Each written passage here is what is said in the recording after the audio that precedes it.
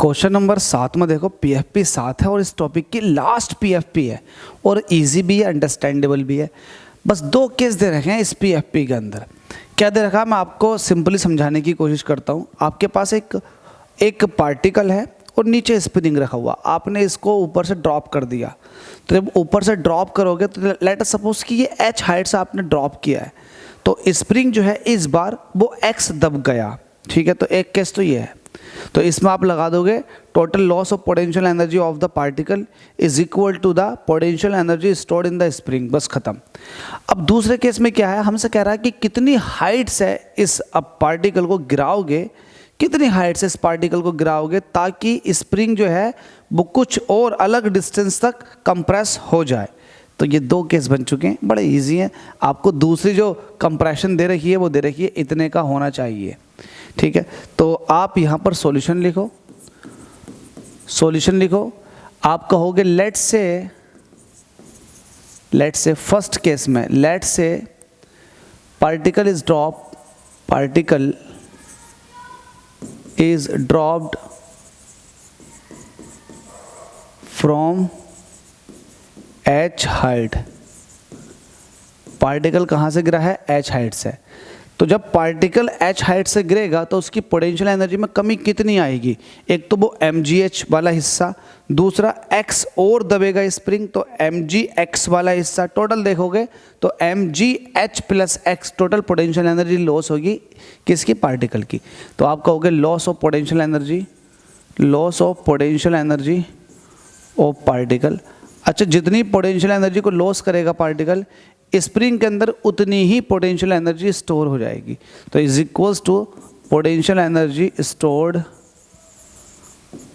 In the spring. Clear है ये वाली बात? बिल्कुल सही है। तो loss of potential energy of the particle ये कितना हो जाएगा? ये हो जाएगा हाफ mg हाफ ओ। मैं ये क्यों लिख रहा हूँ? मैं सीधे सीधे लिखूंगा ना, mg h plus x is equal to ये हो जाएगा हाफ के एक्स स्क्वायर। ये हो गया इक्वेशन नंबर 1। सिमिलरली आप सब वो ये कह रहा है दूसरे पार्ट में कि कितनी हाइट से आप उसको गिराओगे ताकि स्प्रिंग के अंदर कंप्रेशन जो आए वो इतना आए। तो लेट अस सपोज कि आपने उसको, अब ये हो जाएगा आपके पास स्टेप 2 के अंदर देखोगे तो लेट अस सपोज कि जो ड्रॉप किया जा रहा है तो इसको लिख दो प्रॉपर वे में। Let's say particle is drop, particle now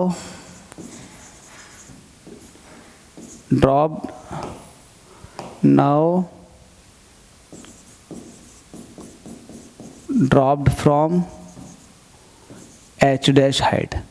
तो आपके पास क्या हो जाएगा नया equation? mg h dash plus x dash, क्योंकि अब एक नया कंप्रेशन आएगा स्प्रिंग के अंदर। ये इज इक्वल्स टू होगा हाफ के एक्स डैश का स्क्वायर। ठीक है भाई, इन दोनों इक्वेशनों से बात कर लो from equation first and second. लिखोगे from equation first and second. इन दोनों इक्वेशनों से बात कर रहा है तो डिवाइड कर लो h dash plus x dash.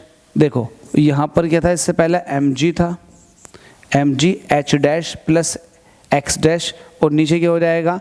mg h plus x। ये किसके इक्वल आएगा? तो mg h dash plus x dash, तो ये हो जाएगा एक तरह का mgx। ये भी mgx आ गया। मतलब आपने इधर वाले पार्ट को इधर वाले पार्ट से डिवाइड कर देना है ना, एक दूसरे के साथ देख लो। आपने इसे ऊपर लिख दिया, अब इसको नीचे लिख दिया। अब इसका वाला पार्ट जो है ऊपर लिखोगे, ये हो जाएगा हाफ के एक्स डैश इसका स्क्वायर, और नीचे हो जाएगा हाफ के एक्स स्क्वायर। ठीक है, इतनी बात पूरी हो गई। जब इतनी बात पूरी हो चुकी है तो यहाँ से एक चीज़ देखो, हाफ के से हाफ के कट गया, mg से mg कट गया, तो बचेगा क्या? h dash plus x dash, और नीचे आ जाएगा h प्लस x। ये किसके इक्वल होगा? x डैश का स्क्वायर, और नीचे हो जाएगा x का स्क्वायर। ठीक है भाई, अब देखो आपको क्या क्या दे रखा था। हमसे कह रखा a massless platform is kept on A light elastic spring when a sand particle of mass 0.1 kilogram is dropped on the pan from a height of 0.24 metre. तो पहले वाले केस में जो हाइट थी वो 0.24 थी, तो ये तो नीचे वाला आ गया 0.24, जिसकी वजह से the particle strike the pen and the spring compressed by 0.01। तो जो कंप्रेशन हुआ था पहले वो हुआ था 0.01 का, ठीक है, बिल्कुल ठीक है, इज इक्वल्स टू लगा हुआ है फ्रॉम व्हाट हाइट, कहाँ से, तो मतलब ये एच डैश आपसे पूछ रहा है। अच्छा एक्स डैश कितना हुआ है, ये हुआ है 0.04 का, ठीक है, तो यहाँ पर भी देखोगे आप 0.04 का स्क्वायर और नीचे x कितना जल्दी से 0.24 इसका स्क्वायर। बस इसको सॉल्व कर लो और आंसर पा लो। कैसे करोगे आप, एच डैश प्लस 0.04 और नीचे वैल्यू कितनी आ जाएगी, ये हो जाएगा, देखो ये हो जाएगा 0.25। यहाँ देखोगे स्क्वायर है एक तरह से, तो 4 छंग 24 और ये हो जाएगा स्क्वायर करोगे तो 1/36। ये चीज़ मैं आगे लिख लेता हूँ, एच डैश प्लस 0.04 और नीचे कितना आ जाएगा 0.25। ये जस्ट इक्वल्स आएगा किसके, 1/36 के, 1/36 cross multiply H dash plus 0.04 और ये हो जाएगा 0.25 डिवाइडेड बाय 36, ठीक है। अब इसको और सॉल्व कर लो यार, या ऐसे ही रहने दो, तो H dash is equal to आ जाएगा 0.25/36 प्लस 0.04। तो हाइट जो आ रही है तो बहुत थोड़ी सी आ रही है, कहीं ना कहीं कैलकुलेशन में तो मिस्टेक नहीं हुई है। एच डैश प्लस 0.04 0.04 और अरे यार ये चीज़ देखो, ओह हो थोड़ी सी मिस्टेक हुई है वाकई में कैलकुलेशन में। यहाँ पर पहला वाला जो कंप्रेशन था वो कितना दे रखा था, तो पहला वाला कंप्रेशन दे रखा था आपको 0.01। पहला वाला स्प्रिंग जो कंप्रेशन था पहला वाला वो था 0.01, तो कैलकुलेशन थोड़ी सी यहाँ मिस्टेक हो गई, कैलकुलेशन थोड़ी सी यहाँ मिस्टेक हो गई। ये है 0.01 लगने लगा था ना यार, कहीं ना कहीं कैलकुलेशन मिस्टेक हो रही है। इसको सॉल्व कर लो, इसको सॉल्व करोगे तो ये हो जाएगा, इसको ऐसे कह सकते हो पॉइंट से पॉइंट हट जाएगा, 4 का स्क्वायर हो जाएगा 16, तो बस 16 का फ़र्क आ जाएगा, बस ख़त्म। तो यहाँ पर 16 ले लेना है, बाकी कैलकुलेशन में पूरा का पूरा सेम रहेगा। तो मैं यहाँ इसको प्रॉपर तरीके से लिख देता हूँ, H dash plus 0 point value कितनी थी जल्दी से बताओ, 0.04 और नीचे वैल्यू कितनी 0.25। अच्छा इधर वैल्यू कितनी आ जाएगी 16, उधर 16 चल रहा है तो आपने 16 लिख दिया। अब सॉल्व कर लो, एच डैश प्लस 0.04 16 की मल्टीप्लाई करोगे 0.25 से, तो पॉइंट हटा दोगे तो नीचे 100 हो जाएगा। 25 चौका 100 होते हैं और 4 चौके होता है 16, तो H dash plus 0.04 is equal to आ जाएगा 4।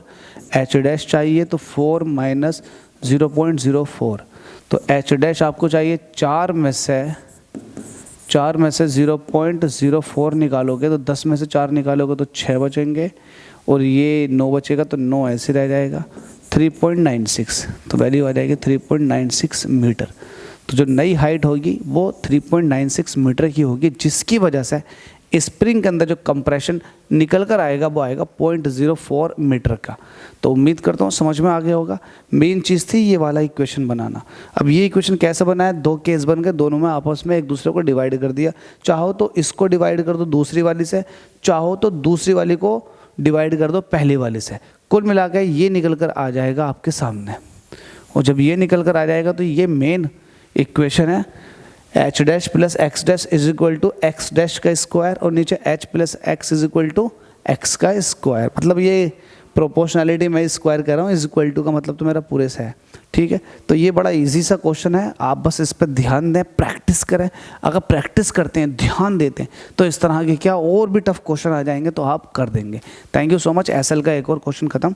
अब आपकी नेक्स्ट टॉपिक के न्यूमेरिकल चलेंगे। Thank you so much.